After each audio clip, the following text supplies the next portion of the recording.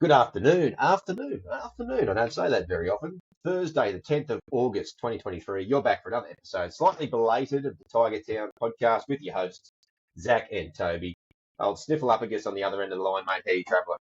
Oh, mate, I'm going good. just, very nice and congested. I just can't seem to shake any sickness at the moment. I feel like a system in a Disturbed song. Down with the sickness. You got you got a little honey lemon drink there, have you? I do. I actually already had one. I should have just used the same massive mug I have here, but I ended up grabbing a new one because I'm weird. Hey, mate, we're on a bit of delay this week, but sometimes it does happen. Young families and whatnot, and illnesses getting around. Yeah, and lucky we can do this in the afternoon.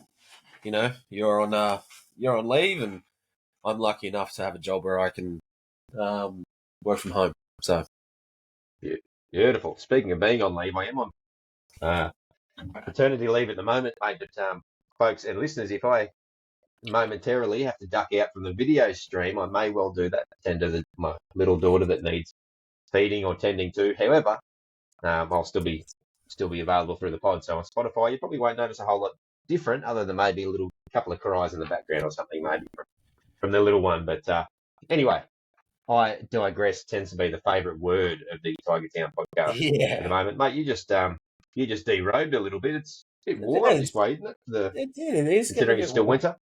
Yeah, it was a bit chilly this morning, but definitely warmed up, and time to take some layers off and get a bit comfortable and hook ourselves in for another amazingly uplifting episode of the pod. Hey, we played the Canberra Raiders, mate, down in Canberra on Sunday afternoon, 4:00 it was. Final score 22-18, and a fair bit of chat came out of the weekend, not only from our game, but obviously across the NRL there was a few contentious, let's say, refereeing decisions, and overall I think the performance was a key point of discussion, notwithstanding the efforts that we saw in our game. Aside from the obvious forward pass situations that we saw, mate, what caught your eye in that game in particular? I just want to start by saying the official score is 22-18. The actual score is 18-4. Us. That's the official score. I mean, that's the actual score, just so people are aware. We could make it 8. We can make it 12-4. We'll give him the Brooksy one, even though it was line ball. But yeah, see, line ball's fine. It's the blatant ones that aren't line ball that annoy me. I tend to agree. Yeah, that offside was a lot closer than Canberra Raiders fans want to admit. Yeah, and then there's also it was a genuine 50-50.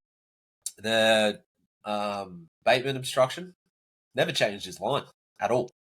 Had his eyes for the ball. He even went up and said, "What am I supposed to do? I got my eyes for the ball." Oh, but you changed the line. Have a look at it. No, he didn't change his line at all. So, no. And then, Whiten has the gall to say you're trying to give them this game. I mean, you got that game served up on a silver platter. I mean, that said, Jack Whiten must have to be one of the thickest individuals to even contemplate saying a phrase like that, considering he was the very person who... Did he throw a backwards pass all day? No, he got caught for 2 forward passes. He got caught for 2. He looked very dangerous. He's a good player, but I don't know if he knows how to throw the ball backwards. I mean, he would have been amazing in the NFL. Good stature for it too. Arizona could use a replacement for Kyler Murray, so maybe they get on the phone to old Jackie boy. Maybe. But yeah. Mate, but I said we weren't going to talk about the forward pass situations just yet. So outside of that, mate, what did happen to catch your eye in the game? Was there anything you liked from our performance? There's actually a bit I liked from our performance. I thought we were easily the better team. Easily. I thought that we defended well, especially in that first 20. They had a lot of ball on our line, and we defended very well. We scrambled very well. I think Appy just keeps leading this team, and it's a little frustrating that some of the other senior players aren't following him, like I said last week. But Clemmer, I think he really stood up. really stood up. I think he ran for almost over 200 meters. Made 22 180 tackles, odd monster performance. 22 tackles in the middle without a single miss. Really led from the front, and that was so pleasing to see. Like we say it time and time again, how good or how important Happy is, and that we want the other senior players to stand up with him. And it was just good to see that that did happen. So, to an extent. Yep. What about yourself? Yeah, there's a lot of thoughts from that game in particular. As we said, I think one thing we've noticed about this side this year, and it's a little bit hard to argue with at this point, is as terrible as they are at getting off the starts and just letting teams get the jump on them early, they are equally as consistent at staying in these games. And we've said it several times, there's been a handful of games at most where the game's got away and we haven't done our best to either fight back or cling on. You know, you think of the Brisbane game, obviously the Cowboys game was an aberration, and there was maybe one or two others at most, but everything else, for the most part, we've been in the game. I'll at some point, when we get the chance a little bit later, I'm just going to go through and actually look at the amount of games that have been decided by a converted try or less in our season, and how many of those we've won versus lost. And it's quite a tremendous amount. So I think in terms of character from this side, that's, you know, what they're showing in many, many ways. And they're making it hard on themselves, though. What I actually did do is I actually sat there and we spoke last week about how I believe that the key issue not being a huge piece of infinite wisdom or anything, but our huge issue is our inability to complete or capitalise. Execute was the word that we use. And I actually sat there with a notebook on the rewatch of the game at all the opportunities that we blundered. And I went up to about the 50th minute or something. And it's a good little list. I'll rattle it off for you in a minute. But that aside, which I think the first half was big on that. But, you know, Canberra Raiders, for the same token, they squandered equally as many opportunities. Their ability to stay in the fight is something that we can definitely take out of this year, because as much as we've won 3 games this year, it was 4 games last year. The way that the season has played out, the way the side plays, all that sort of stuff is completely different, even though the wins are comparable and comparably awful.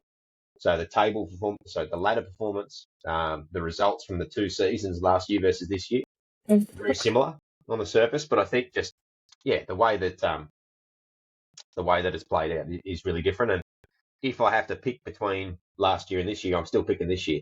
I think we're in a lot more games, and the weekend was another example of one of those. Yeah, I think so as well. And may as well segue into how much I hate the refs again. But I was literally just thinking about it. I think after the game on Friday. I think we played on Friday. Maybe Sunday. Sunday we played on Sunday. And I think that was again. I think that was one of 5 or 6 games this year where a very contentious refereeing decision has cost us the game. Literally, we've been in it, but it was like we've lost a handful of games by 6 points or less. But one of those decisions in those games, and like I said, 5 or 6 times, has been very contentious, if not blatantly wrong, to the point of you got to think there's a bit of something else going on. Conspiracy theorist, that's me. But yeah, it was very frustrating to watch. But like you said, it was more frustrating to watch because of how poor those decisions were, and how much a lot of that turned the momentum of the game. We had a lot of momentum heading into the first half. Into the second half, and just poor decisions again. You know, Tim Sheen said it, in the press conference, Ricky must be an amazing coach because they didn't let go one set restart. They didn't let one through the door. And if I remember correctly, that was the issue when we played them last time, was they were laying all over us and nothing was pinned.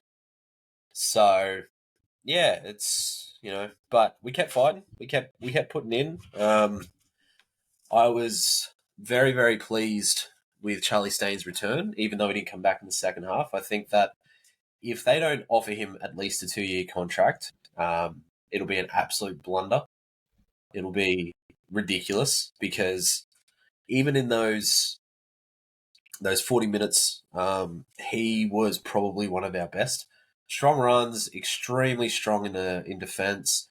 Obviously finished off that Harbour Bridge pass from Nofaluma.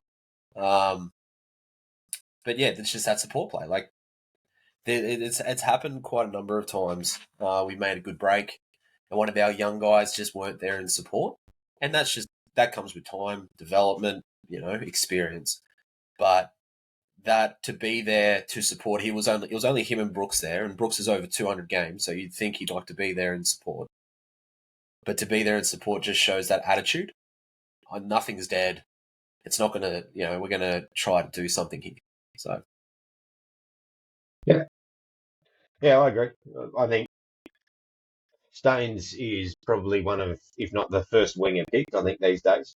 Yeah. Played himself into that position with Tupou obviously being angled towards more of a centre, which I think he naturally has been. And given his issues under the high ball himself at times, he's better suited to that. And I can see that he and Towell being the first choice centres moving into next year, at least to start, the likes of Felipe and whatnot, chomping at their heels. So that then puts Charlie Staines, provided we can sign him. And I think there's been a lot of talk about that maybe something is happening, maybe money just being the sticking point at this stage. First choice winger, and particularly over Noffa. I mean, Noffaluma's rocks and diamonds. He took that. That's not news to anybody. He took that intercept on the weekend that sort of got our ball rolling a little bit. But can you have a winger that's that slow? Fair dinkum, mate, you'd outrun him at the minute. Oh, thank you. That's a good. I like that. That's not a compliment to you. That's an insult to him. No, it's a compliment to me and an insult to him. But they can both intertwine. It's fine. So I think Nofaluma, if Staines was re-signed, would be the second winger picked at the moment. We don't exactly have a lot of wingers that are knocking down the door. The likes of Jordan Hill and Jimmy Nutlick, who both did ACLs, unfortunately, at the start of the year, who were New South Wales Flegg Cup prospects looking at coming through. So it'll be interesting to see how they bounce back into next year and if they're still in the lower system there somewhere, because there's a little bit in them, particularly Jordan Hill. I'm a big fan of Jordan Hill. I think that's his second ACL, though, and he's only 20, so that's not good. But, yeah, Charlie Staines is good value for money. I think Penrith had him on around a $500 a year contract, and that's why we ended up taking him a fair bit of that when he was signed prior to Dylan Edwards as possibly the next fullback for Penrith, and then Edwards sort of put himself forward and took that spot. So I don't know that he's worth 500 at all. In fact, I know, in my opinion, that he's not worth 500 as a winger for the Tigers, but his ability to slide into fullback as a genuine backup for Jareem as well in that 17 is massive. He doesn't have everything that Jareem has in some ways, but gosh, if your backup is never going to be a Tedesco there sitting waiting till you need them, or whoever the case may be. He's probably not the best example given his form this year, Teddy, but he just brings good value for money. I don't know, 300 to 350 for me, even 400. 2 years with a mutual third, something like that, because he's only 22, Charlie Staines, and he offers quite a bit. I think he offers a lot. You mentioned a few bits and pieces. And he's very mature for his age. I think the way he handles himself on the field is not your typical 22-year-old. I think he's a lot smarter in terms of his football, his footy brain than people give him credit for. I think he understands the game a lot better than a lot of people. So, yeah, I'd be more than happy to go to 450 for him, either 450 for a couple of years and then mutual third, like you said. But I would literally throw the money at any other decent winger that's on the market right now just to get rid of Nofaluma. Yeah. I'm done with him. Like, he had one. He needs to be moved on. He does.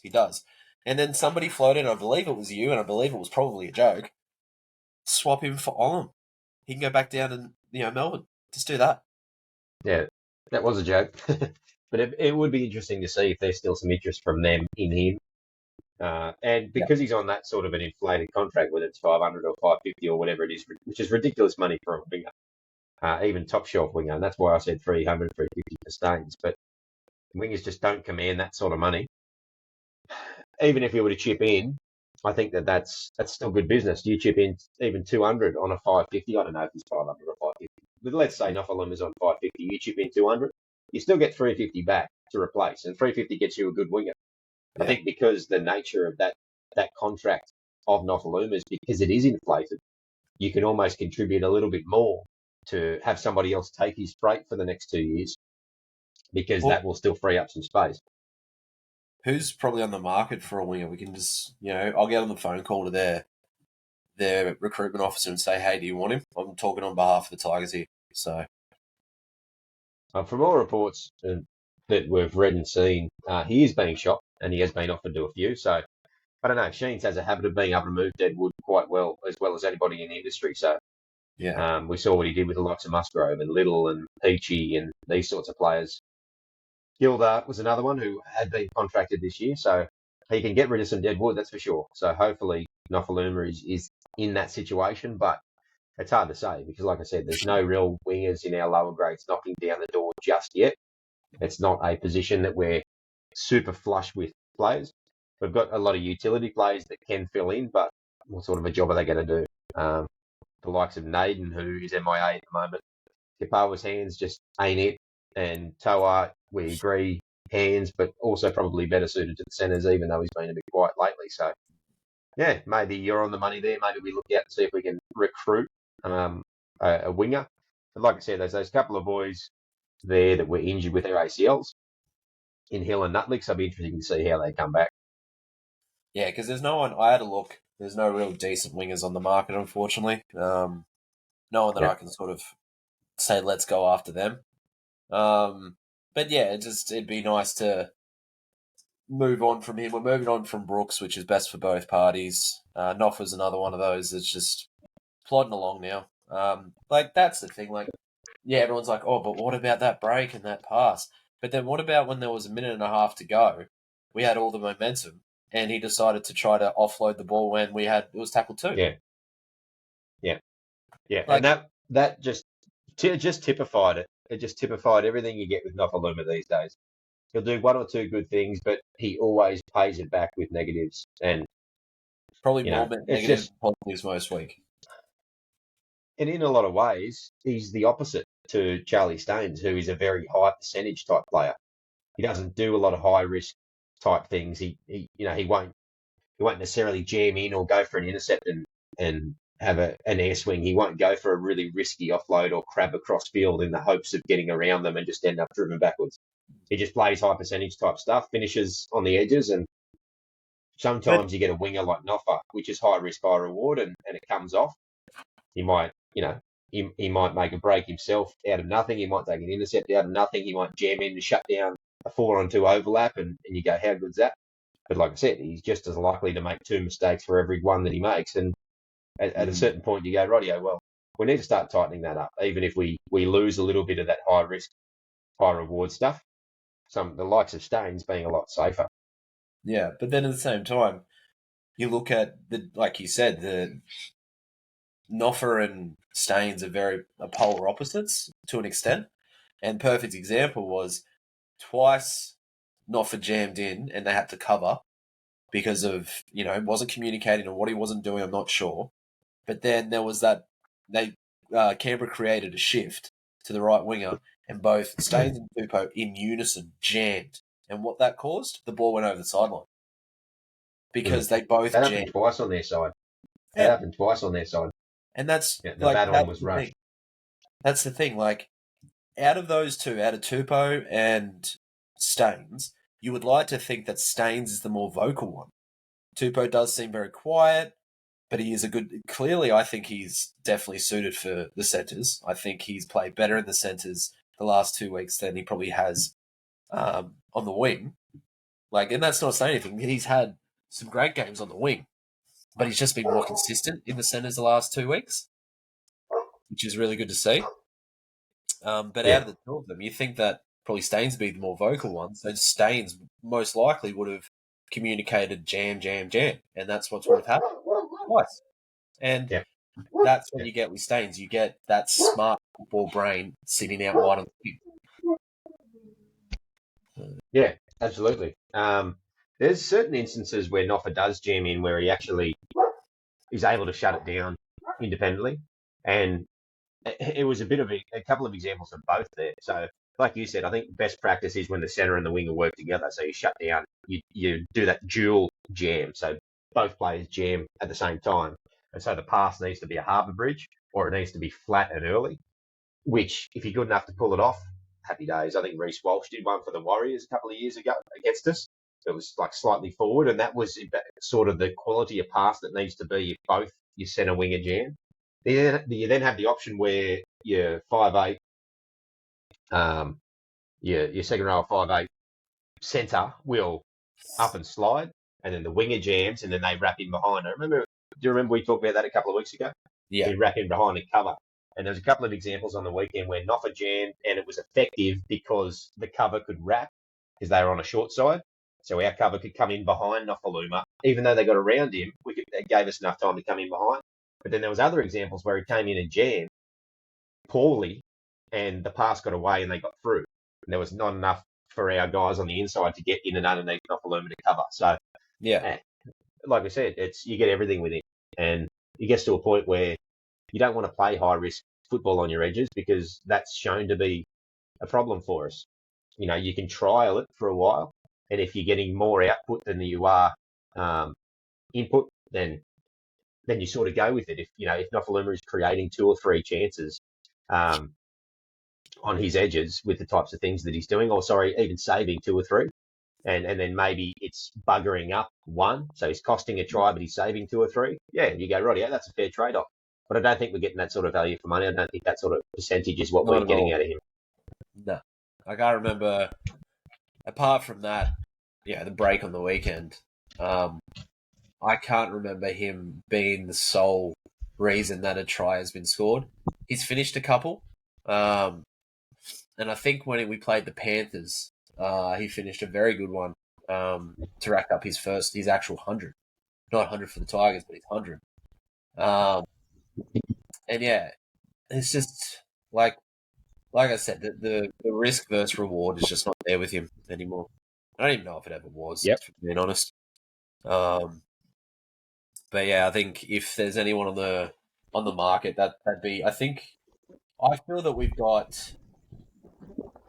If everything happens the way that we hope, and we'll talk a little bit more about the signing during last week. That officially, it's not official yet. Excuse me. It's deemed to be. They haven't announced it. So I think we're okay in the halves. Definitely okay hooker fullback. And I feel like we're definitely probably our strongest centre pairing is Tupou and Tar. But we're just missing that last piece of the back line, and that's another decent winger. So that's where I put my money now. I think that apparently I was reading somewhere that, actually, it's probably in Daily Telegraph, but we're having conversations with Luke Thompson. Why do we need another frontie? I don't think we do. I think we've got our frontie sorted. I think we've got our pack sorted. And then apparently we're also having our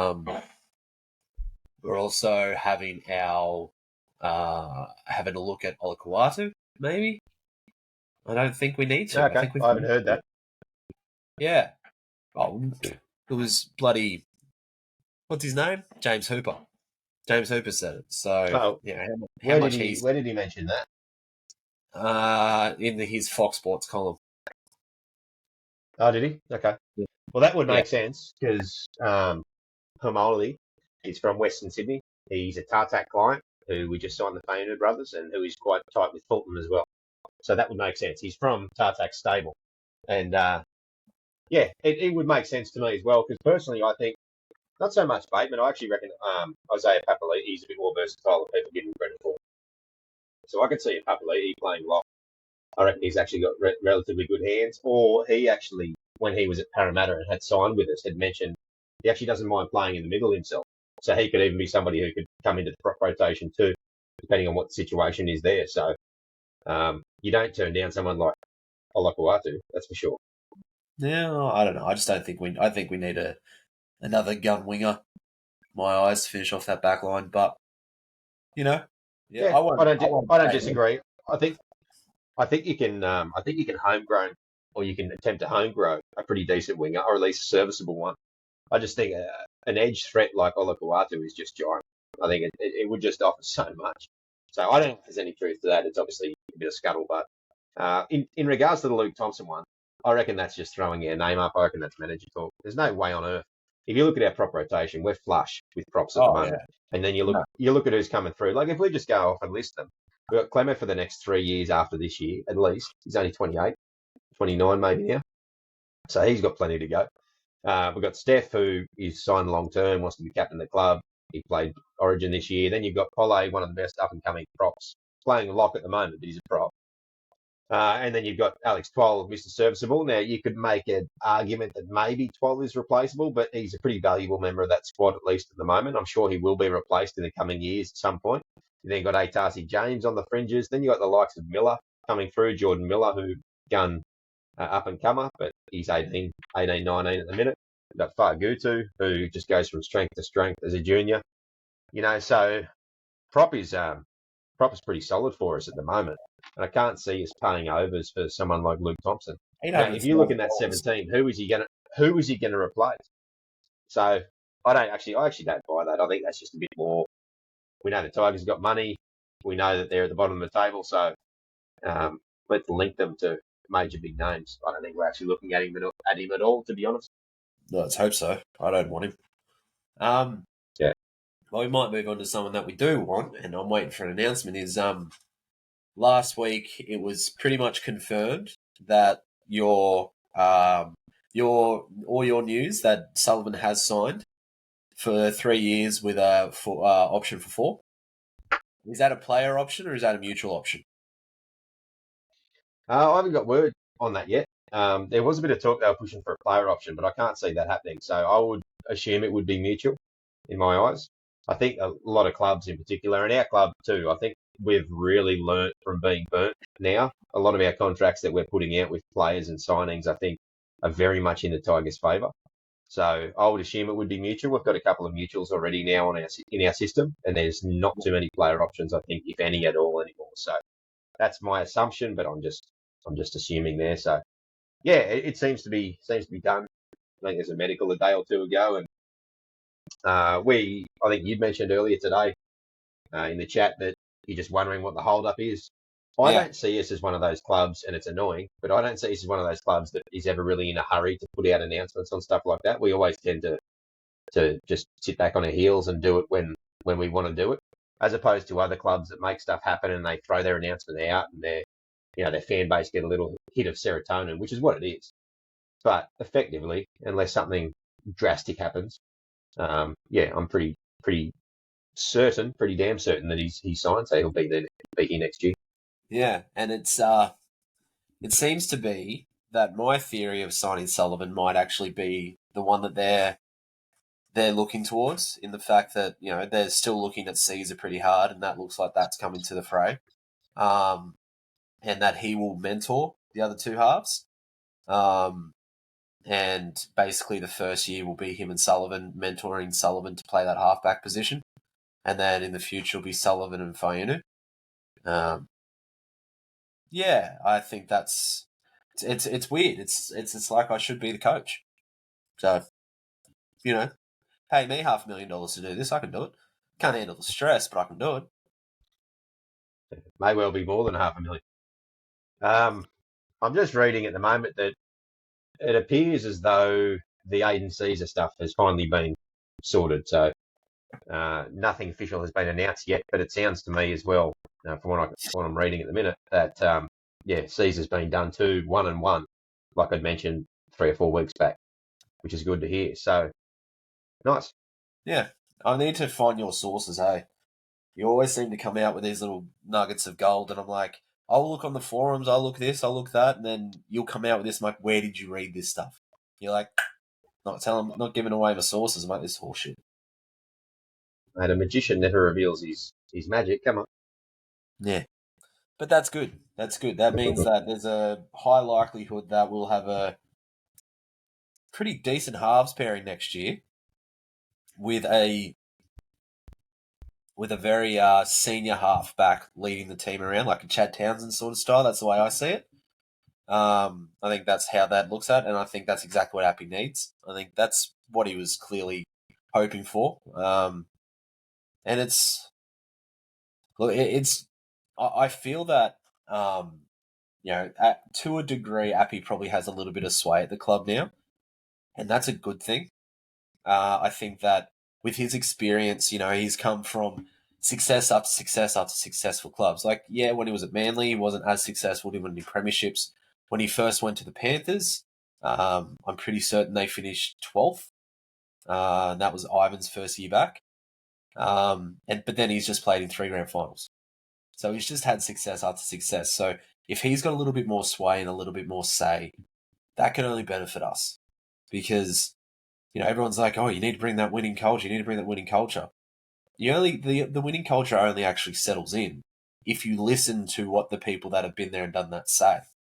And yeah, if everything happens and we get a lot of, serotonin announcements, like you said, in the next few weeks,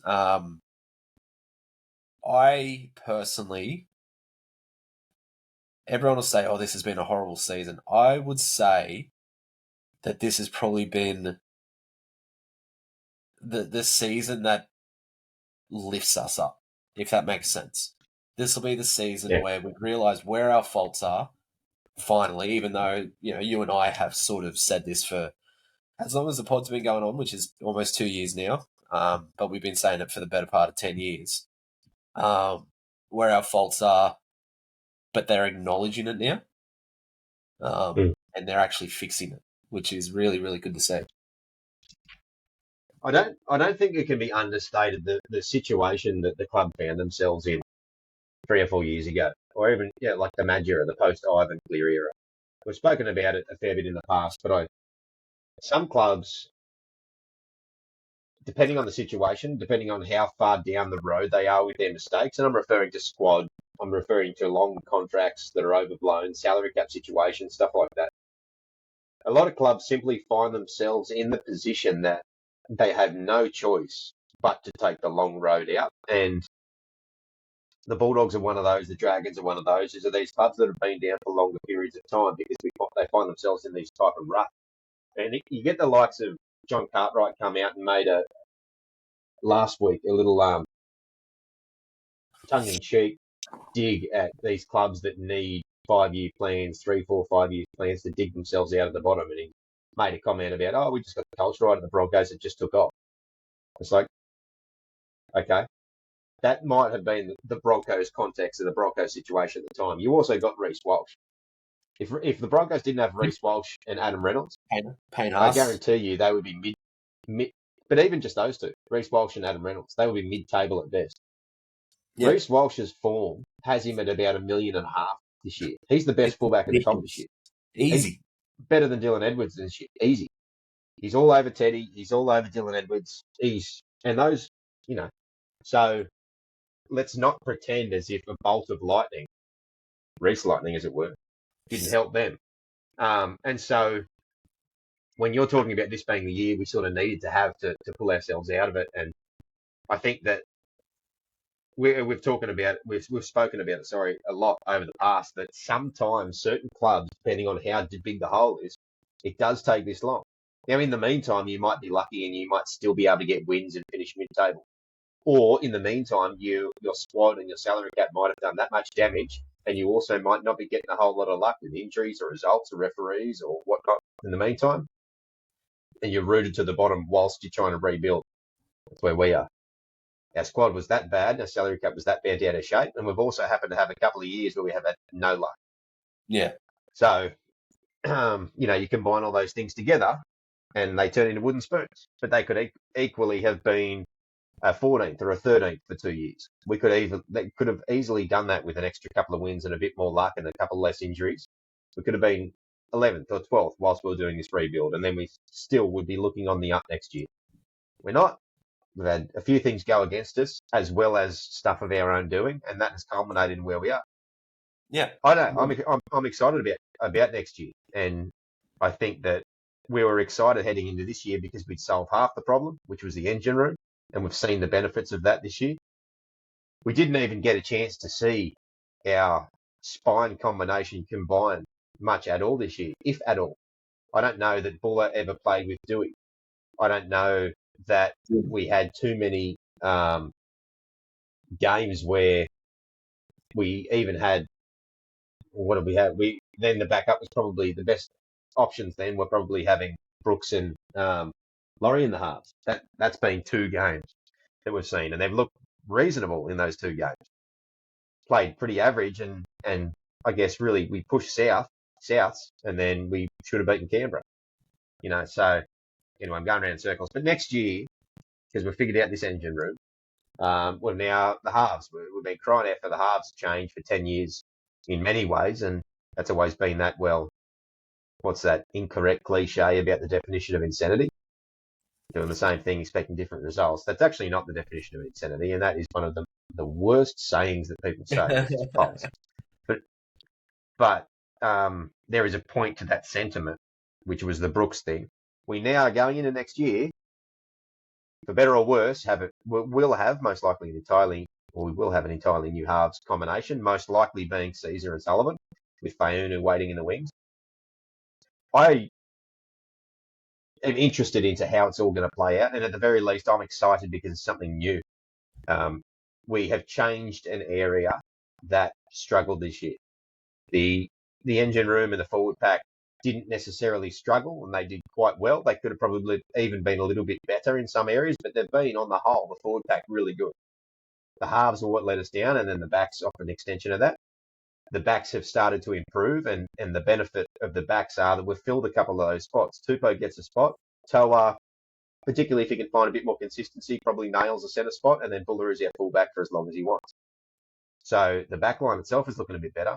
So the halves was the key area, and we've made some changes there. So that's encouraging, if nothing else. And it's exciting. Change is exciting. We're going to see a new direction of some description. Now, we don't know what that looks like.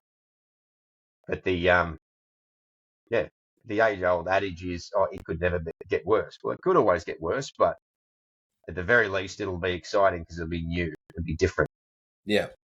And that's the thing. I mean, you think about these so-called experts, and I say that very, very loosely with these reporters, and they're saying how, I read an article, Appy was talking about, how much, he had to adapt this year. He didn't think the rebuild was going to be as big as it was and all this jazz, and that's fair. That's fair. He's come from a very successful club to a club that has been rebuilding for some time, but didn't do it right over and over again. Didn't fix any of the problems that were there. They just tried to put a Band-Aid over them. And then you've got, the reporters who probably never played a game of football in their life, pretty hopeless at, journalism as well, coming out and saying that you'd expect them, with who they've bought, to be better than they were. You expected all this stuff. And I'm like, yeah, and we were in the areas that we bought. We were better in the forward pack. We were better, post-contact meters, aggression in the middle, really tightening up that middle. And that's what we bought. It was everywhere else that was letting us down. And then they don't acknowledge that because, again, they're the best armchair sportsmen you've ever met in your life. So, it is very good to see that we continue to agree with the direction that the club is going.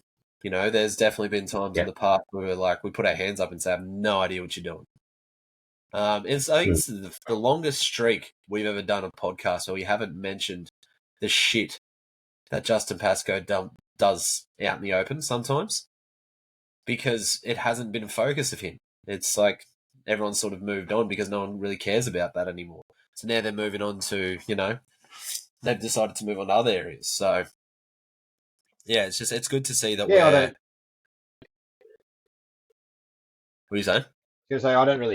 I was just going to say, I don't really have much of an issue issue with anything Pasco's doing at the moment. And this is the thing Neither that do I. irks me about and the thing that irks me about the likes of James Hooper, for example, is that and there's other commentators in and around the space as well, but just go hard at Pasco and Hadjibentelis all the time, non-stop. And look, I'll be the first to admit that those blokes have made mistakes and they have gotten in the way of us making advancements in certain areas of the club. I'm not going to make a pot about them, but not everything that happens to the club, from results on field to merchandise sales, is always their fault. Anyway, I don't wind that up. And I'm not going to go in being an apologist or to go into bat for mistakes that they had made, but at a certain point, show a little bit of rational thought and a little bit of contextual understanding that there are a multitude of variables when it comes to the success of a football club this large. And don't be a simpleton and think that everything revolves around the performance of these two blokes. Have a little bit of nuance in the way that you comment on this sort of stuff. Yeah, criticise them when they deserve to be criticised, and when they had nothing to do with anything, maybe look at the actual key factors as to why there would be a problem. So it is refreshing in some ways to not constantly hear our executive be bombarded by critiques when they haven't made a mistake for a period of time. But I think even still, there was another dredged up story storm in a teacup that Hooper again, who likes at the moment just saying Pasco's name because it gets clicks or whatever else, whinging about the fact that he was the only CEO not to attend this this conference or of some sort that they had on Monday because of a prior engagement. And so it's another headline about, Tiger CEO make yet another blunder. There's no blunders. Someone had a prior engagement, they couldn't make it, and so that's where it's over the top to me. And I'm not a fan of over. Prior engagement shows that, okay, well, I had something else scheduled. This could have been a huge stakeholder for the Tigers.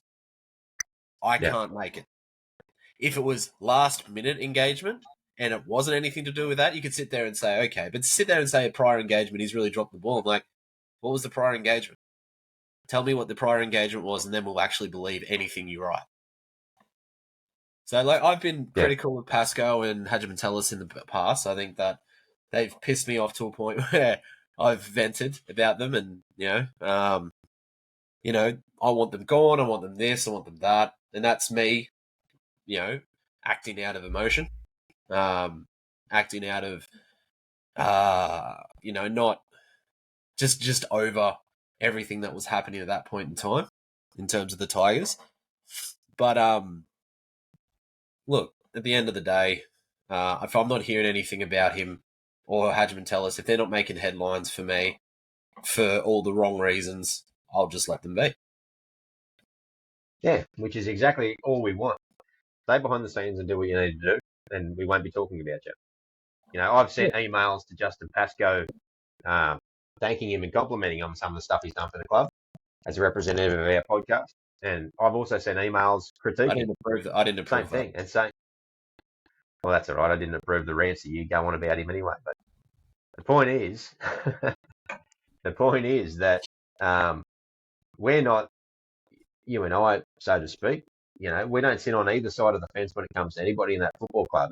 If we feel as though, this comes with a giant caveat of saying, who cares what we think? Yeah. For a couple of blokes with a microphone. Two Tigers tragics having a yarn. It's there in the title. So, we've got opinions, and what do they say? They're like arseholes. Everyone has one, and usually shit comes out of it. But yeah, we don't sit on one camp or the other where it's always their fault or it's never their fault. You just call it as you see. If Tim Sheens is making some poor selection decisions, but I'm a fan of Tim Sheens, I'm not going to let the fact I'm a fan of Tim Sheens get in the way of me criticising his selection decisions. Yeah. I'm not a fan of his per se just because of who he is, mind you, but I'm just using it as an example. Benji Marshall's coming in and some of his tactics are not effective or they're not particularly working very well, but I am a fan generally of his overall coaching approach. I won't let that get in the way of me criticising him because you can't. Otherwise, you're Exactly. not an objective observer, and you're letting bias come into it. Yeah, and how many times have we sat there in the past and said, got a lot of respect for Luke Brooks, got a lot of, I think he's a top bloke, he's, all this, this, that, and the other, but we don't like the way you play him. That's it. Yeah. So, but yeah, no, I agree. And It's, that is, there you go. I was going to say, that's an important distinction with a difference, is you need to be able to be honest, and you have your preferences, but you don't let that get in the way if you're trying to critique somebody or place critique. Nobody's asking us for our critique in that football club. They don't even know we exist in many ways, but our listeners enjoy listening, and we just enjoy we enjoy sharing our opinions on certain things about a club that we love so much. Exactly, mate. I was talking briefly, and I'll just touch on it. How I mentioned last week that our ability to execute above all else is the key issue. It has been the key issue for a long time. In the 10th minute, Laurie kicked it dead. 14th minute, Fuller double movement. Otherwise, how close was that to a try? Staines got access to a ball on a grubber, ran over the top of the ball, touched it, so went 20 metres in dead. 20 metres dead, 20 metre restart. Sorry, went in dead in goal, 20 metre restart to Canberra. 20th minute, Laurie break, and then they went into touch, or threw it into touch. 22nd minute, Appy kicked it dead. And I'll mention when the ball went into touch on Laurie's break, it was on the second tackle, and Stafford Toa challenged it, even though he touched it, clear as day. So again, dumb football, execution, just a disgrace. 33rd, the short dropout loss. So Canberra got a short dropout. We lost that back, didn't contest the ball. 47th minute, kicked it out on the full off the kickoff, Junior Tupou. 55th minute, Brooks had an air swing after his chip and chase. Chip and chase perfect out, a complete air swing at the ball rather than dove on the ball because it wasn't the last tackle. 67th minute, the Atasi James offloaded to no one. And I'd stopped going at that point because I think we'd scored and come back into it. But then there was the Nofaluma one. There was the bounce that Nofaluma didn't go hard at, even though he could have got there on the full. He waited for it to bounce, and then it bounced exactly the one place that we wouldn't allow us to score to win the game. So that was just a small little list of either dumb things that didn't need to happen, poor decisions in the game, lack of game awareness, and or just execution just not being there. Missing these half chances. We've been talking for a couple of weeks about half chances and how the best teams take 50% of it, and we take bugger all.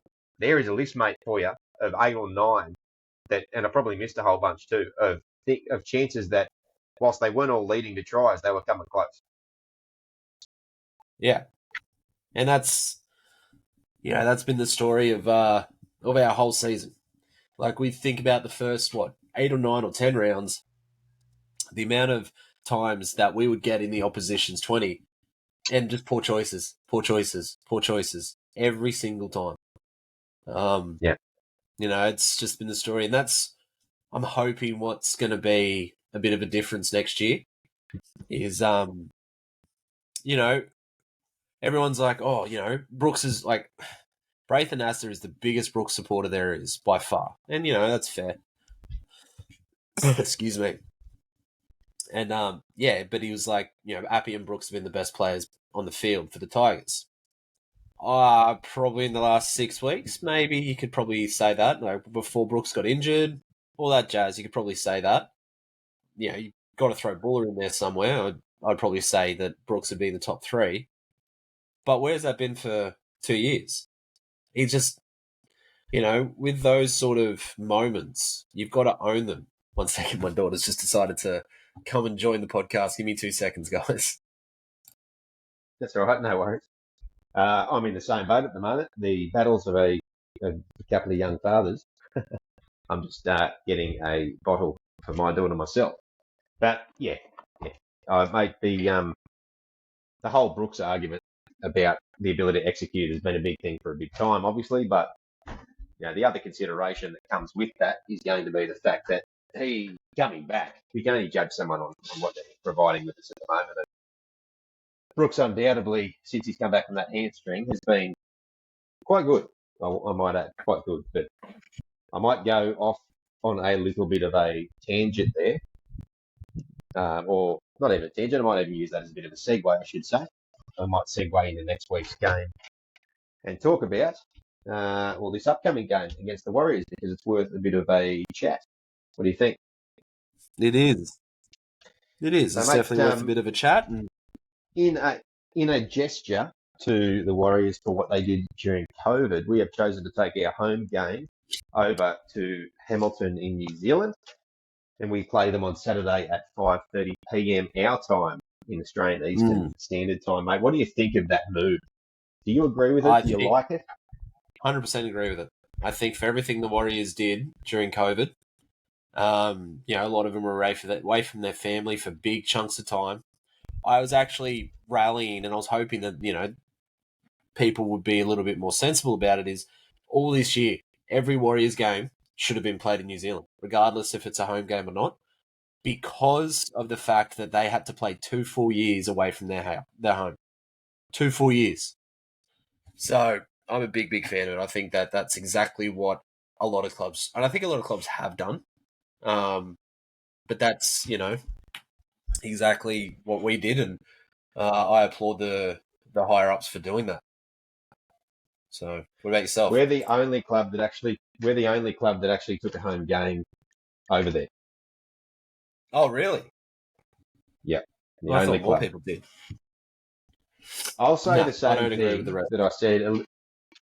I'll say the same thing that I said a little bit earlier in the week, which is, who needs wins and home ground advantage when you can just be the nice guys of the league and come last, eh?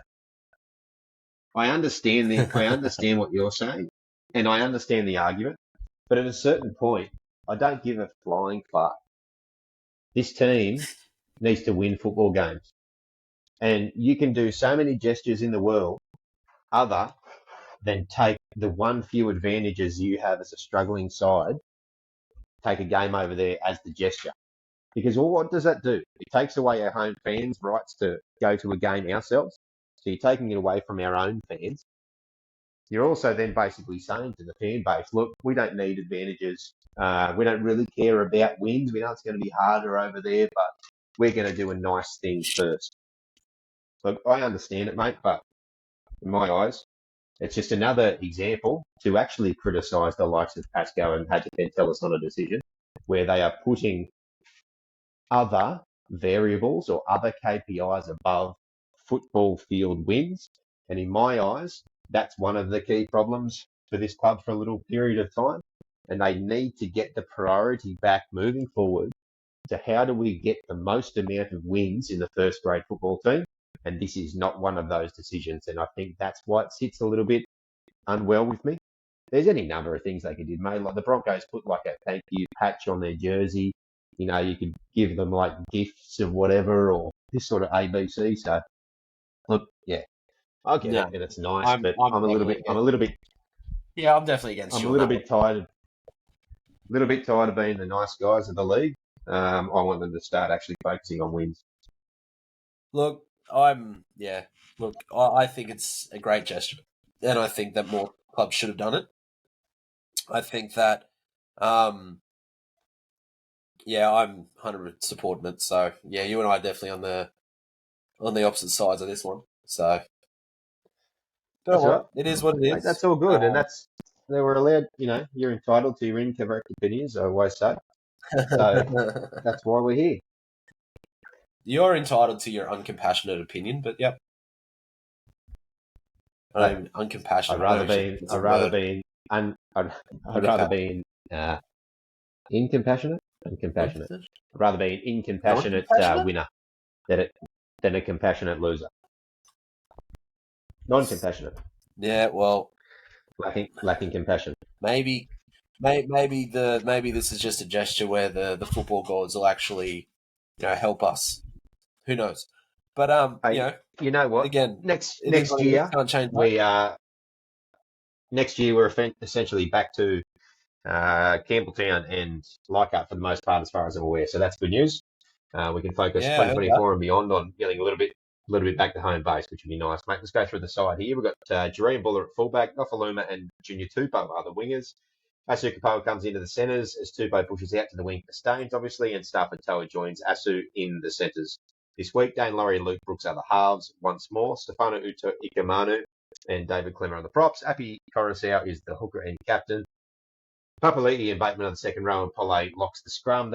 Fortunately, that forward pack is something we've been able to keep pretty consistent for most of the year, and I think that's allowed them to gel relatively well together as a unit. Onto the interchange bench, we have Jake Simpkin as their replacement hooker / utility at 14. Safer, Twal and Blore returns this week from concussion. They round out the interchange bench. The reserves and extended bench is Justin Manamu in 18, Atasi James 19, Tristan Riley 20, Josh Falidi in 21, and Dick Lauliti in jersey number 22. So, a couple of small changes there, mate. Obviously, Tupou back to the wing is not a huge surprise given we've lost Staines. He has played most of the year there, so no dramas there. Asu Kapoa plays in centre, which is probably a better position than him on the wing. Would you agree? 100%. Okay. And then we obviously get the likes of Steph and Blore back, which would be huge for us. What do you think Uto Ikamanu and Sean Blore bring coming back into our side? So obviously Steph he's been a great starter for us, but you and I both agree that he seems to play his best when he's a little bit angry and has a bit of an edge to him. And I don't know if he has that when he starts. I think he has that more when he comes on. So his second stint is generally better than his first. 1 second, sorry. But Blore, like we've said, he's probably been one of our best forwards by far over the last 6 weeks. Just adds that aggression, adds that that punch through the middle. Just comes on and all he wants to do is hurt people. All he wants to do is run hard, tackle hard, and that's what he adds to it. He adds that aggression that we need, especially against we know how dominant and aggressive the Warriors forward pack can be, especially with I completely spaced on his name. But one of their props. Adam Fanua-Blake. That's the one, Fanua-Blake. I had Nelson Nelson. Let's just say Nelson. I can always mispronounce his last name, so I don't want to do that and buggle that up. But we know how solid their forward pack can be and how aggressive they are, and I think that having Blore on there and then having Steph's second stint will definitely counteract that. So yeah, I think I think that they both bring a bit of intensity, don't they? Particularly off the bench. Yes, 100%. The one thing too, I forgot to kind of mention. I think we can probably both agree that the Alex Seyfarth that we've seen this year is completely different to the Alex Seyfarth we saw last year. I think that he's simplified his game. He's cut out all those bullshit errors, cut out a lot of the penalties, and his effort on the weekend directly stopped a try. If you remember that break they made down the left side, and he was never going to catch. He pushed hard on the inside. Yeah, he was never going to catch them, but he didn't stop, and I think he dove, and because of that, the drive that he had and the fact that he didn't stop forced Whiten to pass wrong or kick wrong, or no, it was forced. I can't remember what it was, but it was I think it was Chris to kick, and it went out. So just that effort. Yeah, and so I'm very pleased to see him actually in the side, which I didn't think I'd ever say. So the one percenters, mate. Yeah, most definitely. For those who are on the YouTube, I've just taken charge of our little monkey here as she's woken up and had a bit of a stretch. So she's just going to have a little bottle here, hopefully, while we finish up the podcast. But we can multitask, my friend.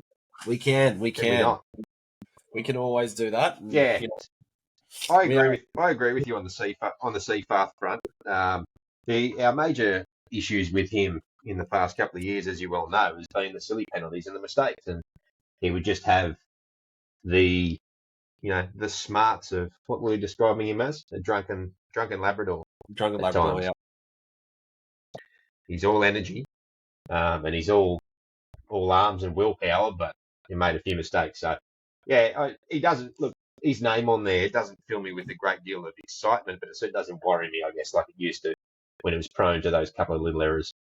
Yeah, 100%. But look, that effort that we had on the weekend against the Raiders, like I said, I don't think I'm going to give any predictions for the rest of the season. I just want to see some more of those efforts because I feel like more of those efforts are just going to lead to a very strong off season, very strong preseason. Sorry, but you said it before in probably in one of our chats that these clubs other clubs just seem to jag a win. It's just what they keep doing. We thought the Dragons were going to do it against the Eels last week, but thankfully, Eels got on top, and we're still within reach of the Dragons. But surely we've got a jag one before the end of the year. Surely we do, and who knows? It could be this week. So, You're not making game predictions, but you got a bold prediction for us. I got a bold prediction. I'm going to say Brooks will do a show and go, break the line, and then pass to Laurie for a finish. No, sorry, pass to Buller for a finish. Okay. What about yourself? All right. Well, I've got a game prediction. We're going to win. Wee! I like that. Yeah. We're actually going to get out to a lead, which we've barely done this year. We're going to hold the lead for most, if not all, the game. Sean Johnson's going to have some good stuff, like he has been, but he's actually going to have a rare off night, I think. And this is going to be the little loss that the Warriors need to have heading into the season. I think it's going to come this week. I think they might get a bit complacent. I think we'll get them. We get them 26-18. Nice. If they do, Happy's going to get 5 from 5, including a penalty goal in there. Yeah, if I'm cheering for the Warriors this season too. I like that they're going well.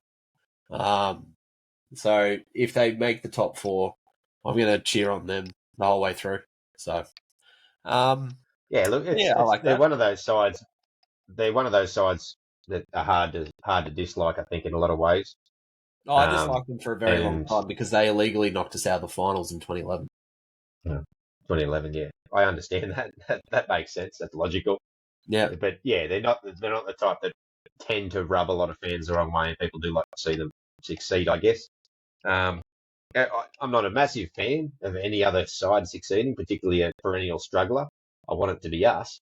So I get a little bit, I guess, jealous in that regard. But yeah, it is good to see. Look, above all else, it's good to see new teams that haven't been there for a while doing well. That's what I like to see. The NRL should be more like some of the other major leagues, the EPL excluded, where they do cycle through different types of, not all the teams, but there are new-ish contenders every few years. You see that through the NFL, you see that through the AFL, you see that through the NBA, and it's, in my opinion, this is a topic for another day, but draft-based leagues, we tend to see this happen a bit. So, anyway, that might be a segue for an off-season pod discussion, I think, and rehash that draft idea again, because I think this year again it has really shown it to be an issue. So yeah, I reckon we're going to get them 26-18. Bold prediction is, I guess, happy 5 from 5 and the score itself, but I might actually say that Asuka Poe is going to have a bit of a screamer in the centres, and he's just going to do a real job out there quite well. So I think he might do a couple of silly things, as he tends to do, but I reckon he's going to have a good game out there in the centres. I'm happy with that. Mate, anything else to add before we do our PSAs and wrap up the show for the week? No, I will be watching that on delay. Have my wife's birthday on Saturday, so got dinner at 5:30, so be watching that on delay when I get home. So no spoilers, How please. rude. How rude of her to be born on this particular day. I know, right? Inconsiderate. Well, mate, you enjoy that, and you make sure that you look after your lovely wife on Saturday. I will. Got teppanyaki. So. Very good. I hope it lands on your plate. So do I. I don't particularly want to eat it off the floor. Sounds good to me. Mate, the Facebook page, Tiger Town Podcast, the Spotify channel by the same name, and the YouTube channel by the same name. Those are 3 platforms you will find us on. Hop on there and follow if you haven't already. Or even better yet, we might start recommending. Send it to a few people. Send in a message. Send our links in a text message to somebody or a Facebook message or a DM or whatnot. Spread the show around if you're enjoying what you're hearing out of us and you enjoy tuning in each and every week. Thank you for your patience this week as well, guys. The fact the show came out a day or two late, sometimes it happens. That's all right. We're always dedicated to make sure we do get the show out. Two other podcasts that always get their shows out relatively on time and do a wonderful job doing it is the West Tigers podcast and the West Life podcast. As we say every single week, those guys do it better than us. Get on over there and tell them who sent you, the lads from Tiger Town podcast. Mate, anything else to add before we wrap up the show and look forward to Saturday evening's game? No, all done from me. Yeah. Look, it's not the ideal end to the season that we wanted, but it's still looking good for next year. So that's it. We can keep looking forward. So we've got a few games to enjoy before a much needed rest mentally. And then you start gearing up come November 1 when the first, or November 15 when the first pre-season training photos come out. Let's do it. Always look forward to that. Mate, on that note, from myself and little Audrey here, go the West Tigers. Go the Tigers.